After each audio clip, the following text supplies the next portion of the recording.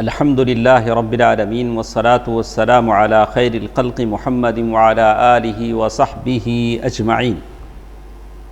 میں سیرت کے ان دروس میں آپ سب کا استقبال کرتا ہوں اور ہماری کوشش ہے کہ الرحیق المختوم یہ کتاب رمضان سے پہلے ہم ختم کر لیں۔ آج شعبان کی کتنی تاریخ ہے؟ 9 یا 10 شروع ہو گئے، 6 بجے سے کہتے ہیں تو اور ہمارے پاس بہت کم ٹائم ہے، تو ہم چاہتے ہیں کہ زیادہ سے زیادہ پڑھ کے رمضان سے پہلے اس کو ہم ختم کر لیں۔ گزشتہ درسوں میں جو آخری بات ہمارے ساتھ تھی، اللہ کے نبی صلی اللہ علیہ وسلم کے مدینہ آئے ہوئے 9 سال گزر چکے تھے۔ اس میں سب سے پہلے حج کا موقع آیا تو اللہ کے نبی صلی اللہ علیہ وسلم نے ابو بکر صدیق رضی اللہ تعالی عنہ کو امیر الحج بنا کر مقرر کر کے بھیجا، اور سورہ براء کی ابتدائی آیتیں نازل ہوئیں، اور پیچھے سے حضرت علی رضی اللہ تعالی عنہ کو بھی بھیجا۔ تو دونوں ایک مقام پر ملے۔ ابو بکر صدیق رضی اللہ تعالی عنہ نے کہا کہ تم امیر بن کر آئے ہو یا میرے انڈر میں ہو؟ تو علی رضی اللہ تعالی عنہ نے کہا کہ نہیں، میں آپ کے انڈر میں ہوں۔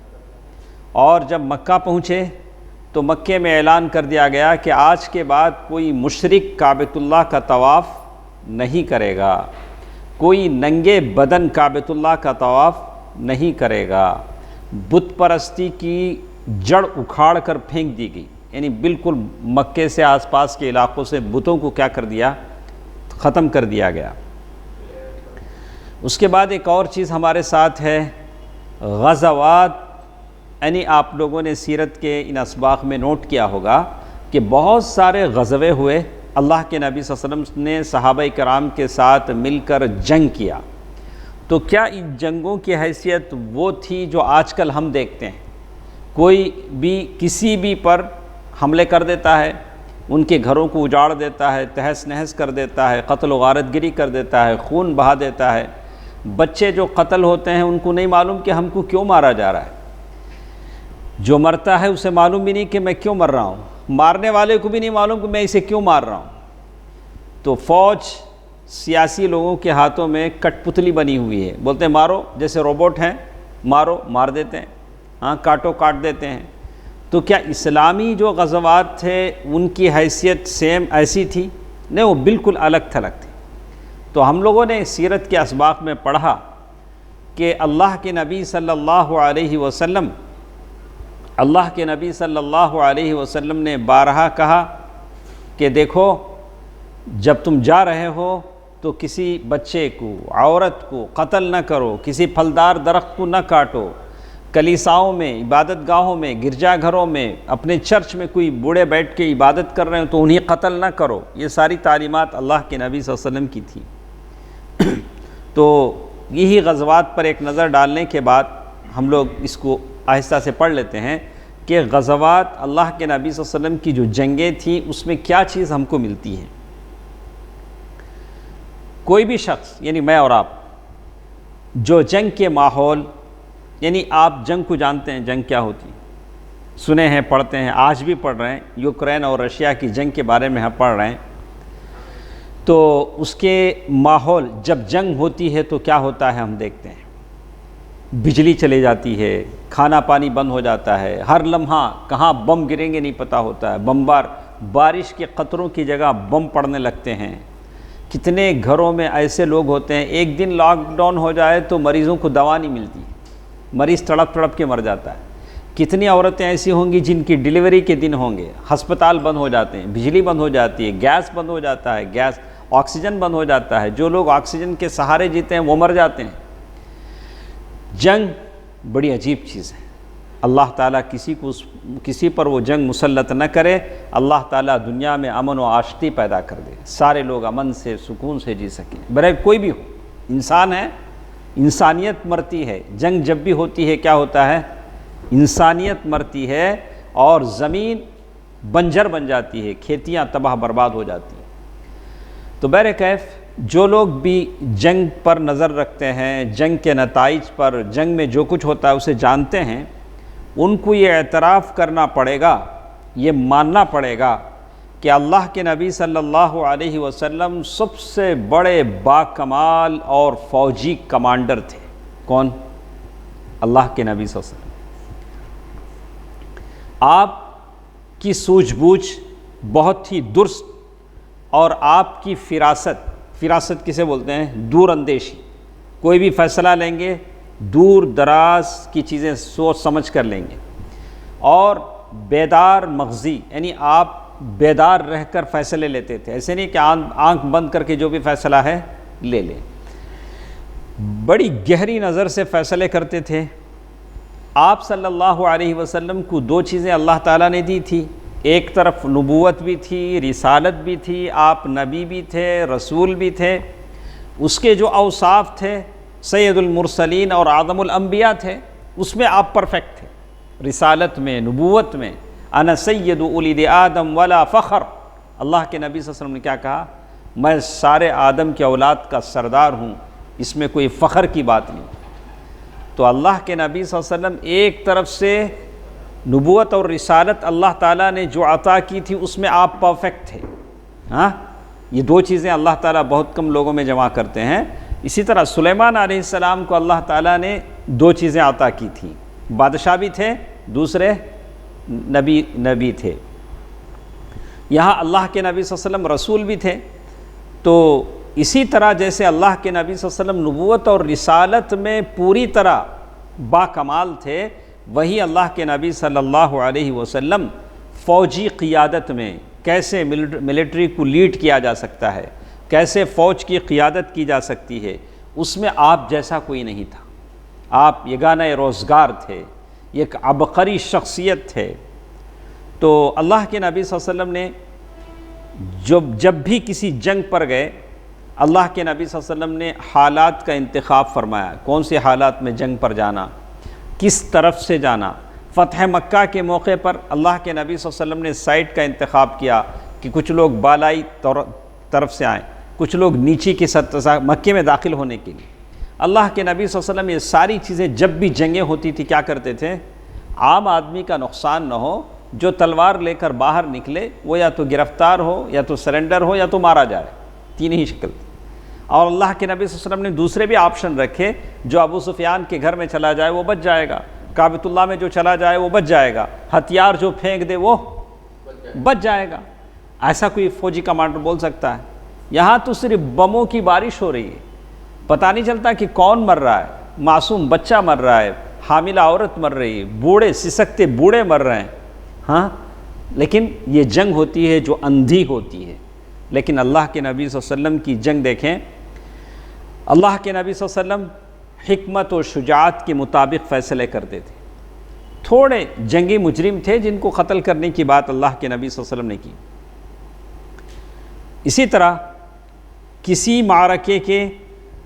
معرکے میں حکمت عملی، اللہ کے نبی صلی اللہ علیہ وسلم نے حکمت عملی سے کام لیا۔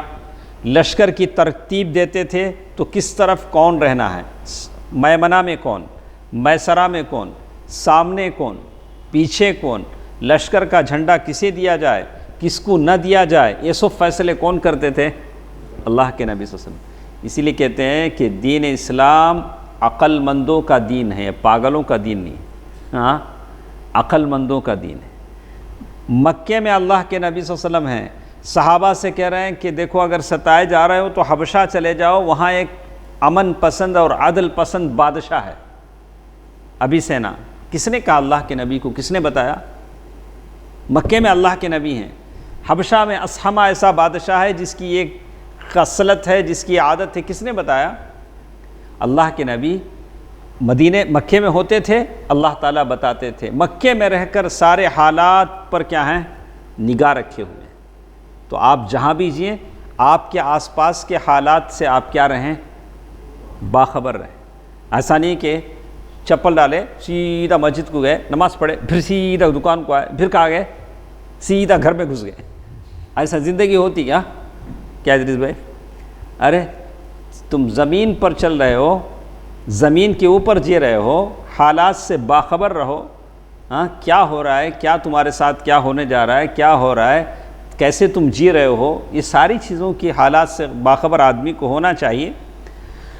تو کہتے ہیں اللہ کے نبی صلی اللہ علیہ وسلم لشکر کی ترتیب کیسے دیتے تھے اور حساس مراکز قائم کرتے تھے، یعنی کچھ ایسے لشکر میں جگہ جگہ بیس ہوتے تھے، جیسے بدر کے موقع پر اللہ کے نبی صلی اللہ علیہ وسلم نے ایک کنٹرول روم قائم کیا، احد کے موقع پر بھی کیا کیا، کنٹرول روم قائم کیا، اور وہ کون سی جگہ اس کو رکھا جائے یہ فیصلہ بھی اللہ کے نبی صلی اللہ علیہ وسلم کرتے تھے۔ تو اللہ کے نبی صلی اللہ علیہ وسلم کی یہ ساری منصوبہ بندی تھی، جس کی وجہ سے ہم دیکھیں گے کہ جنگوں میں زیادہ نقصان اللہ کے نبی صلی اللہ علیہ وسلم اور صحابہ کو اٹھانا نہیں پڑا، لیکن ہم نے دیکھا کہ احد کی جنگ میں تھوڑا کیا ہوا، اللہ کے نبی صلی اللہ علیہ وسلم کی بات نہ ماننے کی وجہ سے نقصان اٹھانا پڑا۔ ویسے ہی حنین کی جنگ میں کیا ہوا، احد اور حنین میں رسول اللہ صلی اللہ علیہ وسلم کی جو حکمت عملی تھی اس میں کوئی ریمارک نہیں تھا۔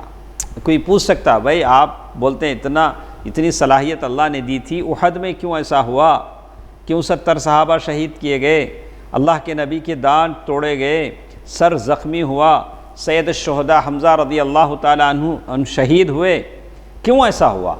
حنین کی جنگ میں صحابہ اکرام شہید ہوئے اور بہت سارا نقصان ہونا پڑا، کیوں ایسا ہوا؟ تو اللہ کے نبی صلی اللہ علیہ وسلم کی جو حکمت عملی تھی اس میں کوئی خامی نہیں تھی، اس میں کوئی ریمارک نہیں تھا، بلکہ حنین کی جنگ میں بعض افراد کی کمزوریاں تھیں۔ کیا تھی؟ لوگوں کو ایک طرح سے یہ ہو گیا تھا ہمیں بہت ہیں، کیا بھی کرنے ہوں گا نہیں، کیا بولے ہم لوگ واقعی حنین کی جنگ میں صحابہ کی تعداد زیادہ تھی، لیکن جب یہ چیز جب آ جاتی ہے تو آدمی اندر سے کیا ہو جاتا ہے۔ آپ کو معلوم ہوگا کہ موتا کی جنگ میں ابو موسیٰ اشعری رضی اللہ تعالیٰ عنہ نے کیا کہا تھا جب صحابہ نے کہا تھا کہ دیکھو وہ لوگ اتنے زیادہ ہیں، ہم لوگ 20-30 ہزار ہیں تو مقابلہ نہیں ہو سکتا، تو ابو موسیٰ اشعری رضی اللہ تعالیٰ عنہ نے کیا کہا تھا، ہم لوگ تعداد کے بل بوتے پر دشمن سے نہیں لڑتے ہیں، ہتھیار کے بل بوتے پر دشمن سے نہیں لڑتے ہیں، ہم اللہ پر ہمارا جو ایمان ہے اس ایمان کو لے کر لڑتے ہیں، تو نہیں ہم لوگ لڑیں گے۔ تو بہت زیادہ تعداد تھی، 4-5 لاکھ وہ لوگ تھے، لوگ 20-30 ہزار تھے۔ تو ہماری جو لڑائی دشمنوں سے ہوتی ہے کون سے بیس پر ہوتی ہے؟ ہمارے ایمان اور عقیدے کی بنیاد پر ہوتی ہے، تعداد اور ہتھیار کی بنیاد پر نہیں ہوتی۔ تو حنین کی جنگ میں کچھ یہ تھی، اور احد کی جنگ میں وہاں بھی یہی چیز پیش آئی۔ اس کے بعد احد اور حنین کی جنگ میں مسلمانوں کو جب نقصان اٹھانا پڑا تو اللہ کے نبی صلی اللہ علیہ وسلم نے بھی وہاں اپنی حکمت عملی کا مظاہرہ کیا۔ حنین احد کی جنگ میں کیا ہوا، سب لوگ بھاگ رہے تھے، اللہ کے نبی صلی اللہ علیہ وسلم سب کو کیا کر رہے تھے، جمع کر رہے تھے۔ حنین کی جنگ میں کیا ہوا، سب لوگ بھاگ رہے تھے، اللہ کے نبی صلی اللہ علیہ وسلم خچر پر بیٹھ کر آگے دشمن کی طرف بڑھ رہے تھے، صحابہ خچر کو کنٹرول کرنا چاہ رہے تھے، اللہ کے نبی صلی اللہ علیہ وسلم دشمنوں میں گھس نہ جائیں، لیکن اللہ کے نبی دشمنوں میں کیا کر رہے تھے، گھس رہے تھے۔ تو یہ اللہ کے نبی صلی اللہ علیہ وسلم کا یہ رد عمل تھا۔ تو یہ جو غزوات کی بات ہمیں چل رہی ہے کہ اسلامی جو غزوات ہیں کیوں ممتاز ہیں، عام جنگوں سے الگ تھلگ ہیں جو ہم دنیا میں جو جنگیں دیکھتے ہیں۔ آپ صلی اللہ علیہ وسلم نے یہ غزوے کیوں کیے، یہ جو جنگیں ہوئیں، کوئی بھی آپ کو اعتراض کر سکتا ہے، آپ دعویٰ میں جائیں گے کیوں اللہ کے نبی صلی اللہ علیہ وسلم نے جنگ بدر کیا، جنگ احد کیا، فتح مکہ کیوں ہوا، یہ غزوہ حنین کیوں ہوا، ایسی سوال آ سکتا ہے۔ تو ہم کہیں گے اللہ کے نبی صلی اللہ علیہ وسلم ان غزوات کے ذریعے سے پہلی چیز امن کو قائم کیا۔ کسے؟ آپ کو امن قائم کرنے کے لیے کسی انسان کے جسم میں ایسی حالت ہو جاتی ہے کہ ایک انگلی کاٹنے پڑتی ہے، نہیں اگر انگلی نہیں کاٹیں سارا جسم سڑ جائے گا، تو مجبوراً کیا کرنا پڑتا ہے، کبھی انگلی کو کاٹنا پڑتا ہے۔ تو اللہ کے نبی صلی اللہ علیہ وسلم نے سارے امن کو بچانے کے لیے، ساری زمین کو فتنہ فساد سے بچانے کے لیے جنگیں لڑی تاکہ امن قائم، کبھی امن قائم کرنے کے لیے جنگ لڑی جاتی ہے۔ فتنے کی آگ اللہ کے نبی صلی اللہ علیہ وسلم نے بجھائی جب جنگیں ہوئی مسلمانوں کو فتح یابی ہوئی تو منافقوں کی آگ کیا ہو گئی؟ بجھ گئی. منافقوں کی فتنہ انگیزیاں کیا ہو گئیں؟ کم ہو گئیں. اور اسلام اور بت پرستی کی کشمکش میں دشمن کی شوکت توڑ کر رکھ دی اور انہی اسلامی دعوت اور تبلیغ کے راستے کو آزاد چھوڑنے اور مصالحت کرنے پر مجبور کر دیا. جب جنگیں ہوئی تو دشمن خاموش بیٹھ گئے، بولے کہ نہیں، اب اسلام کے راستے میں نہیں جانا، ہماری خیر نہیں، چلو اللہ کے نبی صلی اللہ علیہ وسلم کو دعویٰ کرنے دو. راستے پرامن ہو گئے. اور ان جنگوں سے یہ بھی معلوم ہو گیا کہ منافق کون ہے، مومن کون ہے. جب عام حالات میں سب ہمارے دوست، کب دوست پہچانے جاتے؟ مشکل کے وقت میں دوست پہچانا جاتا نہیں ہے. ثناء اللہ بھائی ذرا کام ہے، میں یہاں آتا ہوں. کیا بولے گا؟ جب بھی بلائیں گے اکرم بھائی کو کیا بولیں گے؟ نہیں آج مجھے کیا ہے، ذرا کام ہے، میں کل. تو عام حالات میں سب دوست ہیں. دوست اور دشمن کب جانے پہچانے جاتے ہیں؟ مشکل میں. مشکل کے وقت معلوم ہوتا ہے کہ میرا دوست کون ہے، دشمن کون ہے. تو جنگوں کے حالات میں معلوم ہو گیا کہ منافق کون ہے، مومن کون ہے. جو دلوں میں غدر، خیانت کو چھپائے ہوئے تھے وہ باہر پڑ گئے. اس کے بعد اللہ کے نبی صلی اللہ علیہ وسلم نے ان محاذاراؤں کے عملی نمونے سے اللہ کے نبی صلی اللہ علیہ وسلم نے مسلمانوں کے کمانڈروں کی زبردست فوج تیار کی. کبھی بھی یاد رکھیے، ہم لوگ کوئی بھی کام کریں ایسے کریں کہ یہ کام قیامت تک جاری رہے. آپ اور میں قیامت تک زندہ رہیں گے؟ نہیں رہیں گے. اس کے لیے کیا کرنا پڑے گا؟ ادریس بھائی کو 100 ادریس بنانے پڑیں گے اپنی طرح. نہیں، شیخ صاحب کو کیا کرنا پڑے گا؟ اپنے جیسے کتنے لوگ بنائیں؟ 100 آدمی. تاکہ اگر میں یہاں سے گھر واپس جاتے ہوئے میرے ساتھ کچھ ہو جائے تو کوئی اور آدمی کیا کرے؟ اس کام کو سنبھالے. ہمارے پاس تھوڑے لوگ رہتے ہیں، پورا میرے ساتھ ہی چھونا، دوسرا کون بھی یہ پیپل کا درخت ہے جس کے نیچے کوئی دوسرا درخت کیا نہیں ہوتا ہے، اگتا نہیں ہے. ایسا نہیں ہے. آپ جو بھی کام کریں ایسے اس نیت سے کریں کہ یہ کب تک ہونا ہے یہ کام؟ شعیب صاحب، قیامت تک ہونا ہے. قیامت. اس کے لیے اپنے سے لوگوں کو، افراد کو تیار کریں، اپنے لوگوں کو سکھائیں. جو علم اللہ نے آپ کو دیا ہے، جو تجربہ اللہ نے آپ کو دیا ہے، صلاحیت دی ہے، دوسروں کو سکھائیں تاکہ یہ کام قیامت تک کیا ہو، چلتا رہے. تو اللہ کے نبی صلی اللہ علیہ وسلم کی اس تربیت سے مسلمانوں کی فوج کی ایک بڑی تعداد، کمانڈروں کی ایک زبردست جماعت بھی تیار ہو گئی، جنہوں نے اللہ کے نبی صلی اللہ علیہ وسلم کی دنیا سے چلے جانے کے بعد عراق، شام کے میدانوں میں فارس اور روم، یعنی ایران اور رومن امپائر کی ملکوں کے بادشاہوں سے انہوں نے ٹکر لیا. کب؟ اللہ کے نبی صلی اللہ علیہ وسلم کی دنیا سے چلے جانے کے بعد. ایسے کمانڈر پیدا ہوئے اور ایسی جنگی پلاننگ اور ٹیکنک انہوں نے بنائی کہ بڑے بڑے فوجی کمانڈروں کو شکست دے دی. رومن امپائر کے بڑے بڑے کمانڈر اور ایران کے بڑے بڑے کمانڈر ان کے سامنے کچھ نہیں کر سکے. یہ لوگ کون تھے؟ وہی بادیہ نشین مکے مدینے کے وہ لوگ تھے جو کبھی بکریاں چرایا کرتے تھے، چرواہے تھے، جو معمولی تاجر پیشہ لوگ تھے. اللہ کے نبی صلی اللہ علیہ وسلم کی صحبت نے، تربیت نے ان کے اندر اتنی اسپرٹ، اتنی طاقت پیدا کر دی کہ انہوں نے ان بڑے بڑے ملکوں سے ٹکر لے لی. بہت بڑی بات ہے. کیا ثناء اللہ بھائی؟ اچھا. اور یہاں تک ان کے مکانات مسلمانوں نے کیا کیا؟ جب یہ کمانڈر اللہ کے نبی صلی اللہ علیہ وسلم کے پاس، ایک 2 کمانڈروں کے نام بولو شعیب بھائی. آپ کوئی نہیں بولے، شعیب بھائی بولیں گے. بولو، ایک 2 مشہور جرنیل اور کرنیل کے نام بولی نا. اللہ کے نبی صلی اللہ علیہ وسلم کے بعد جنہوں نے ملکوں کو فتح کیا، جن کی تاریخ میں سنہرے حرفوں سے جن کے نام لکھے جاتے ہیں. میں خلیفہ نہیں بول رہا ہوں، فوجی جرنیل کمانڈر. ماشاء اللہ ماشاء اللہ. خالد بن ولید رضی اللہ عنہ، طارق ابن زیاد، طارق ابن زیاد، عمر بن عاص رضی اللہ تعالیٰ عنہ. اور بھی بہت سارے لوگ ہیں، بہت سارے لوگ ہیں جنہوں نے تاریخ میں ایک چیز ثبت کر دی اور مسلمانوں کی فتح شان و شوکت کے یعنی کہانیاں لکھ دی کہ مسلمان کیسے تھے، ان کا ذکر کیا جانے لگا ان کی. تو کہتے ہیں انہوں نے کیا کیا، دیکھیے دشمنوں کو، اسلام کے دشمنوں کو ان کے گھروں سے، ان کی زمین سے، ان کے مالوں سے، ان کے باغات سے، چشموں اور کھیتوں سے، آرام دہ اور باعزت مقام سے نکال باہر کر دیا. اسلام دشمن لوگ جہاں اپنے محلوں میں تھے ان کے محلوں سے نکال کر ان کو جیلوں تک پہنچا دیا، غلام بنا دیا. جب انہوں نے اسلام قبول نہیں کیا، جزیہ دینے پر راضی نہیں ہوئے، تو ان کو ان مقامات سے نکال کر غلامی کی زنجیریں ان کے گلے میں ڈال دی. اسی طرح رسول اللہ صلی اللہ علیہ وسلم نے ان غزوات کے بدولت جو جنگیں ہوئیں، جنگ احد سے لے کر آخری جنگ تک، یہ ساری جنگوں کی بات ہم کر رہے ہیں، ان جنگوں سے کیا فائدہ ہوا، کیوں یہ جنگیں لڑی گئیں؟ تو ان جنگوں کے بدولت مسلمانوں کے پاس پہلے کچھ نہیں تھا.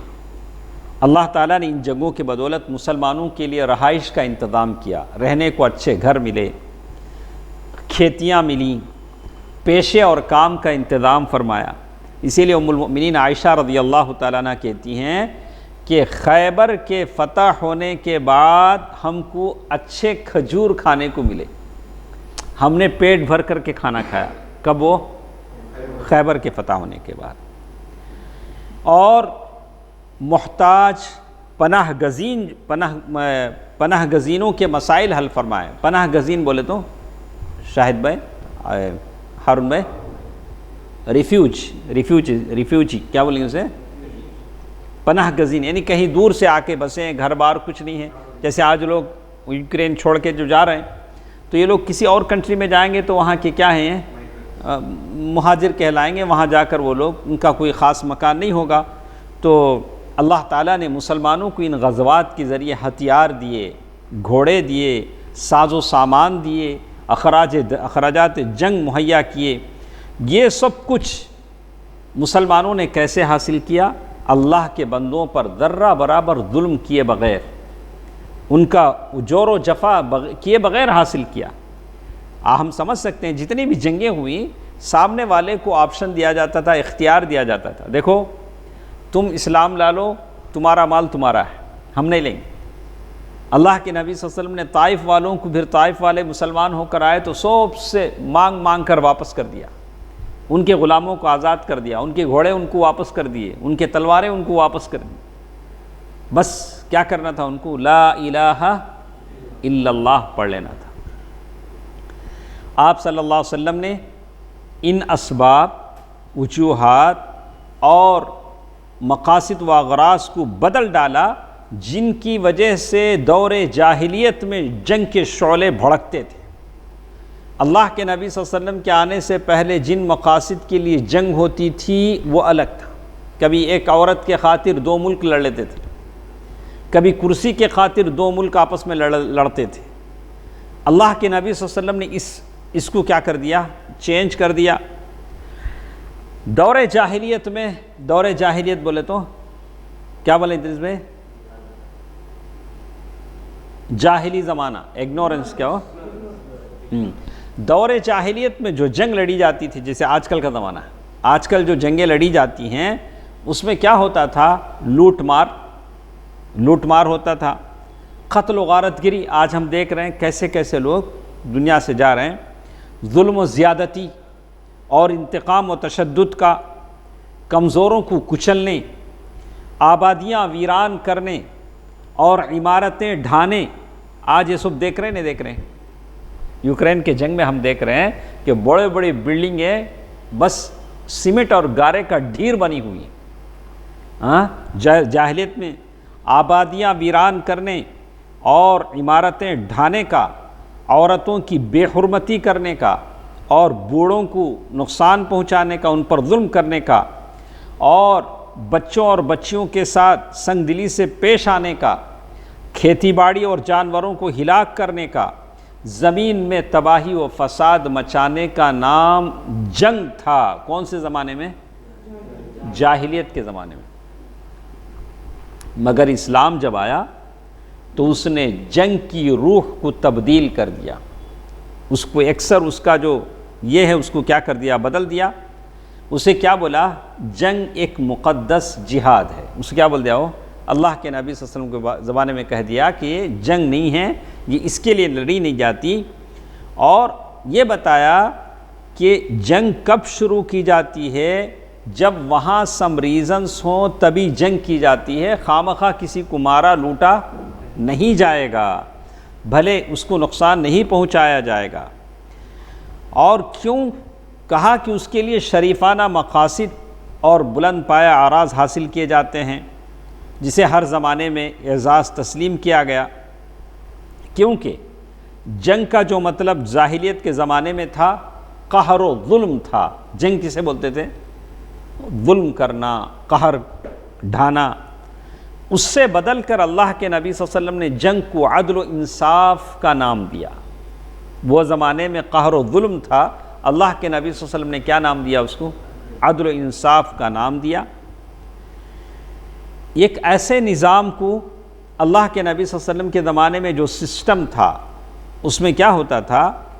طاقتور کمزور کو کھا رہا تھا۔ ہم نے سنا کہ مکے میں وہ ایک قبیلے والا آیا تھا جس کا قرض دینا تھا، مکے میں ستایا جا رہا تھا، وہ قرض لینے والا دے نہیں رہا تھا، اس نے زور سے چیخا، لوگوں دیکھو میرا قرض لے کے دے نہیں رہا ہے، تو سارے لوگوں نے مل کر اس کا حق دلایا۔ لیکن وہ زمانہ تھا جب کمزور کو طاقتور کھا رہا تھا، تو اللہ کے نبی صلی اللہ علیہ وسلم نے اس کو الٹ کر ایک ایسا نظام قائم کیا جس میں طاقتور کمزور ہو جائے۔ اللہ کے نبی صلی اللہ علیہ وسلم نے کیا سسٹم لایا؟ طاقتور کیا ہو جانا؟ کمزور ہو جائے، جب تک کہ اس سے کمزور کا حق نہ دلایا جائے۔ اس طرح جنگ کا معنی یہ ہو گیا تھا، اللہ کے نبی صلی اللہ علیہ وسلم کے زمانے میں جنگ کس کو بولتے تھے؟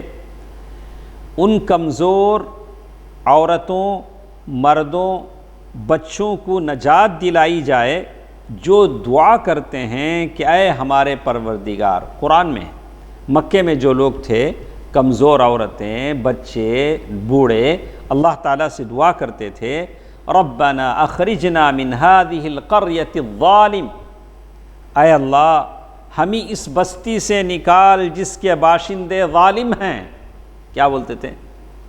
یا اللہ ہمیں اس بستی سے نکال جس کے باشندے ظالم ہیں، اور ہمارے لیے اپنے پاس سے ولی بنا اور اپنے پاس سے مددگار بنا۔ یہ دعا تو اسی کا کام وہ زمانے میں ہوتا تھا۔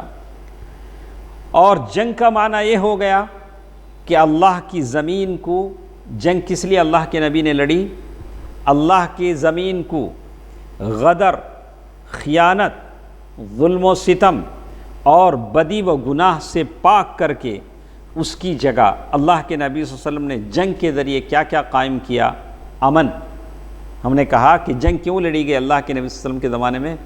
امن کے لیے۔ رأفت و رحمت، یعنی ایک دوسرے کے لیے مرسی، رحمت چھانے کو۔ حقوق دلانے کے لیے جنگ لڑی گئی۔ مروت اور انسانیت کا نظام بحال کیا گیا۔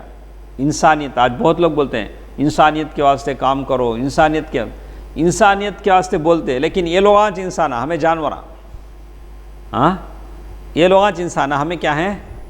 ہاں بولتے وہ ابھی وہ صبح میں ایک صاحب بولتے کشمیری پنڈتوں کا وہ کیا کہ نیا فلم ایک آیا ہے، ہاں اس میں جو دیکھتے ہیں آپ، اس میں جب ڈیٹا آپ دیکھیں گے تو واقعی اس پر ایسا نہیں ہونا چاہیے۔ اسلام اس کی اجازت نہیں دیتا کہ کسی کا خون بہایا جائے۔ اس کا ہم کیا کرتے ہیں؟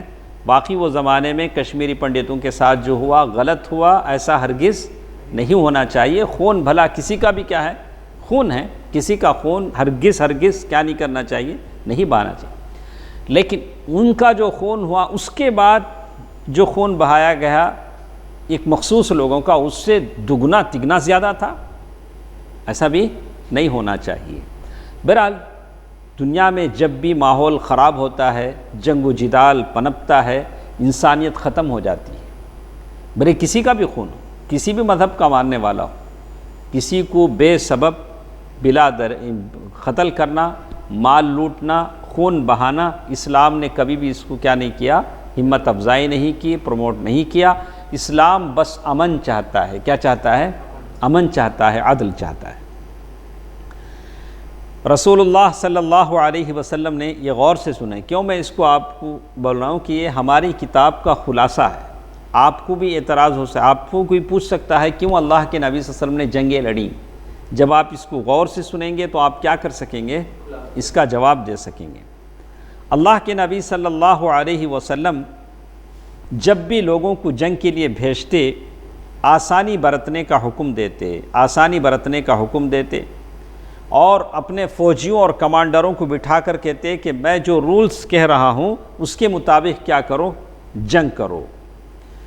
اللہ کے نبی صلی اللہ علیہ وسلم ہمیشہ اس بات کا خیال رکھا کہ جنگ کے جو اصول ہیں اس کو کبھی بھی کوئی بھی کیا نہیں کرے؟ بریک نہ کرے. سلیمان بن بریدہ، غور سے سنیں، آخری پیراگراف ہے، آپ غور سے سنیں، کتنی اچھی باتیں اس میں ہیں، لوگوں کو بتائیں. آج اسلام فوبیا، اسلام کو بدنام کرنا، مسلمانوں کو بدنام کرنا، اللہ کے نبی صلی اللہ علیہ وسلم کو خون کے پیاسے کی شکل میں پیش کرنا، العیاذ باللہ، العیاذ باللہ. حالانکہ قرآن کہتا ہے وَمَا أَرْسَلْنَاكَ إِلَّا رَحْمَةً لِلْعَالَمِينَ. ہاں تو بھلے کوئی کچھ بھی کہے، ہمارا قرآن کیا کہتا ہے؟ اللہ کے نبی صلی اللہ علیہ وسلم نبی رحمت ہیں، جنہوں نے انسانوں تو انسان جانوروں پر رحم کیا. بکرا ذبح کرنے کا وقت آیا تو کہا کہ چھری اچھی طرح تیز کر لو کہیں اسے تکلیف نہ ہو. ہاں کسی نے چڑیا کے 2 بچوں کو لے لیا، چڑیا بار بار اڑ رہی تھی تو کہا کہ ارے کس نے اس چڑیا کے بچوں کو لیا، وہاں واپس کر دے. ہاں کسی عورت نے بلی کو باندھ کے رکھا جس کی وجہ سے بھوکی پیاسی بلی مر گئی تو کہا کہ وہ بڑھیا کی عورتیں عبادتیں کام نہیں آئیں گی، اس کی وجہ سے بڑھیا کہاں گئی؟ جہنم میں گئی. کسی زانیہ عورت نے کتے کو پانی پلا دیا، زانیہ تھی تو کہا کہ اس کتے کو پانی پلانے کی وجہ سے اسے کیا کر دیا گیا؟ بخش دیا گیا. اے رحمت للعالمین ہے. اونٹ اللہ کے نبی کے پاس پہنچ کر شاکی ہے کہ میرا مالک مجھے چارہ کم دیتا ہے، زیادہ کام لیتا ہے. اللہ کے نبی جو جانوروں کے لیے سید المرسلین رحمت للعالمین تھے، نبی رحمت تھے، تو انسانوں کا تو کیا کہنے، انسانوں کا تو کیا کہنے.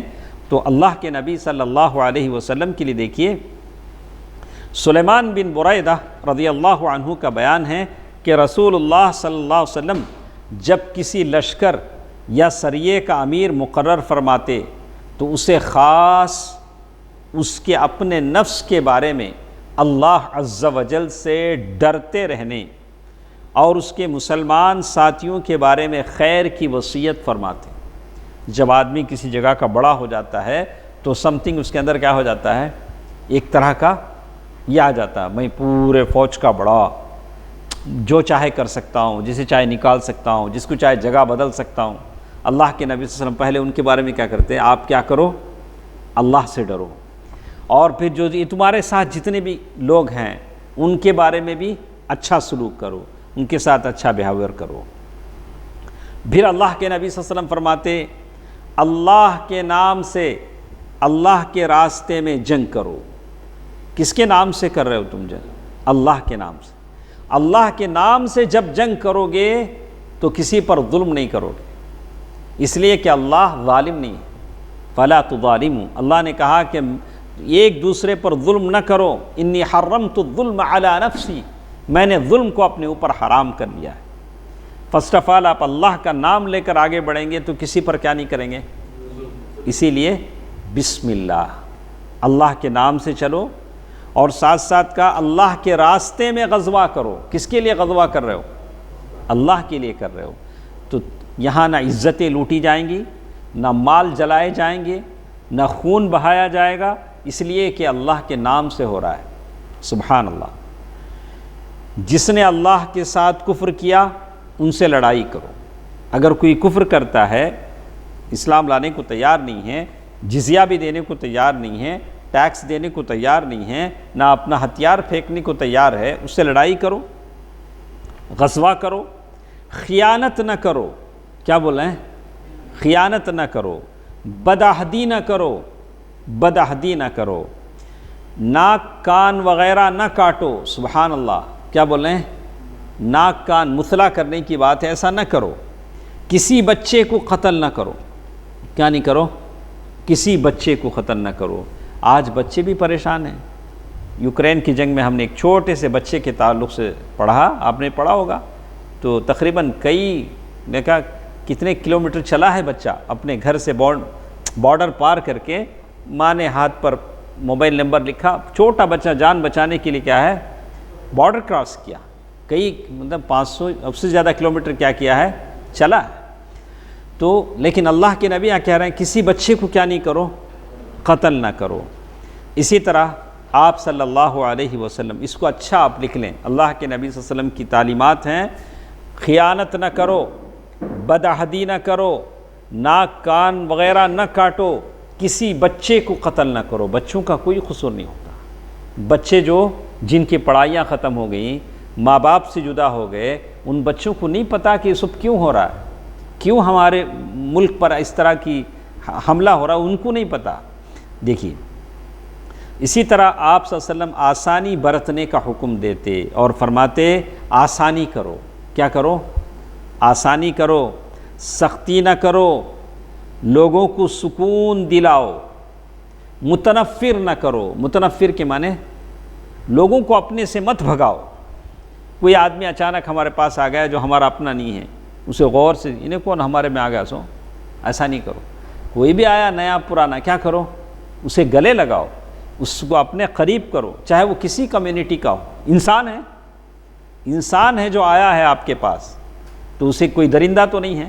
اسے قریب کرو، پیار دو، محبت دو، دل کی دعائیں اسے دو، اس لیے کہ وہ انسان ہے. دیکھیے تو کہتے ہیں اور جب رات، غور سے سنیں کرم، جب رات میں آپ کسی قوم کے پاس پہنچتے، کسی قوم کے پاس جانا ہے، حملہ کرنا ہے، تو صبح ہونے سے پہلے چھاپا نہ مارتے. شب یعنی رات کو جا کر ڈاکوں کی طرح حملہ کرنا اللہ کے نبی. آپ صلی اللہ علیہ وسلم نے کسی کو آگ میں جلانے سے نہایت سختی سے منع کیا. دشمنوں کو آگ میں جلا دینا، ایسا بھی کسی قوم نے کیا ہے، پنجرے میں بند کر کے زندہ آگ میں جلا دیا. گھر میں لوگ تھے تو گھر کو آگ لگا دی. ہمارے اسلام نے اس کا حکم نہیں دیا. آگ میں جلانے کا حق صرف اللہ رب ذوالجلال کو ہے، ہم کسی کو آگ میں نہیں جلا سکتے ہیں، یہ حکم اسلام کا نہیں. اسی طرح باندھ کر قتل کرنے، عورتوں کو مارنے اور انہیں قتل کرنے سے بھی منع کیا. عورتوں کو نہ مار سکتے ہیں نہ قتل کر سکتے ہیں، اور لوٹ مار سے روکا. یہاں تک کہ آپ صلی اللہ علیہ وسلم نے فرمایا کہ لوٹ کا مال مردار کی طرح حرام ہے. لوٹ کا مال کیا ہے؟ کوئی بھی مال لا کے لوٹ کے لا کے لے لو، زکوٰۃ لے لو. مغیرہ بن شعبہ رضی اللہ تعالی عنہ لوٹ کا مال لائے تھے اللہ کے نبی صلی اللہ علیہ وسلم کے پاس. بولے اللہ کے نبی صلی اللہ علیہ وسلم میں مسلمان ہوتا ہوں، یہ مال ہے لے لیجئے. اللہ کے نبی صلی اللہ علیہ وسلم کیا کہا؟ ہم آپ کا اسلام قبول کرتے ہیں، یہ مال ہم کو نہیں چاہیے، اس لیے کہ مال کون سا ہے؟ لوٹ کا ہے. اور یہ بات اس کو یاد رکھیں. اور اللہ کے نبی صلی اللہ علیہ وسلم کہتے ہیں آپ نے کھیتی باڑی تباہ کرنے، کیسی کیسی کھیتیاں دشمن تباہ کر دیتے ہیں بمباری کے ذریعے سے، اور جانور ہلاک کرنے. جب بھی جنگیں ہوتی ہیں انسانوں کو کھلانے والا نہیں ہوتا، جانوروں کو کون چارہ ڈالے، جانور مر جاتے ہیں. اور درخت کاٹنے سے منع فرمایا، سوائے اس صورت میں کہ اس کی سخت ضرورت آ پڑے. ہم نے پوری سیرت میں دیکھا، ایک جگہ جنگ تبوک میں یا طائف میں، تبوک یا طائف میں ایک جگہ اللہ کے نبی صلی اللہ علیہ وسلم نے کھجور کے چند درخت کاٹے تھے، جلائے تھے یا کاٹے تھے. اس کے علاوہ کہیں سیرت میں ہم کو نہیں ملتا ہے. اور ساتھ ساتھ اللہ کے نبی صلی اللہ علیہ وسلم کہہ رہے ہیں کہ فتح مکہ کے موقع پر بھی آپ نے فرمایا کسی زخمی پر حملہ نہ کرو، کسی بھاگنے والے کا پیچھا نہ کرو. کوئی بھاگ رہا ہے تو چھوڑ دو، اس کے پیچھے مت بھاگو. اور کسی قیدی کو قتل نہ کرو. آپ صلی اللہ علیہ وسلم نے یہ بھی سنت جاری فرمائی کہ کسی سفیر کو قتل نہ کیا جائے. دشمنوں کی طرف سے کوئی ڈیلیگیٹ بات کرنے کے لیے آتا ہے تو اسے قتل نہ کرو. آپ صلی اللہ علیہ وسلم نے معاہدین کہتے ہیں نان مسلمس ہیں، اسلامک کنٹری میں رہ رہے ہیں، ٹیکس دے رہے ہیں، یا مسلمانوں نے امن دیا ہے، ان کو بھی قتل کرنا کیا ہے؟ منع ہے. یہاں تک کہ اللہ کے نبی صلی اللہ علیہ وسلم نے فرمایا کہ جو شخص کسی معاہد کو قتل کرے گا وہ جنت کی خوشبو نہیں پائے گا۔ معاہد کا تو کون؟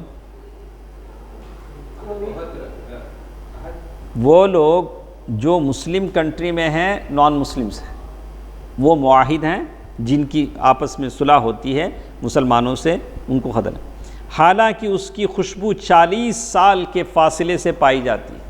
اگر کوئی کسی ایسے معاہد کو قتل کرے گا تو جنت کی خوشبو اسے نہیں ملے گی۔ تو یہ اس طرح کے دوسرے بلند پایہ قواعد و ضوابط تھے جن کی بدولت جنگ کا جو یہ عمل ہے جاہلیت کی جنگ سے نکل کر پاک و صاف ہو کر مقدس جنگ کی شکل اختیار کر لیا، جس میں یہ اچھائیاں تھیں، بھلائیاں تھیں۔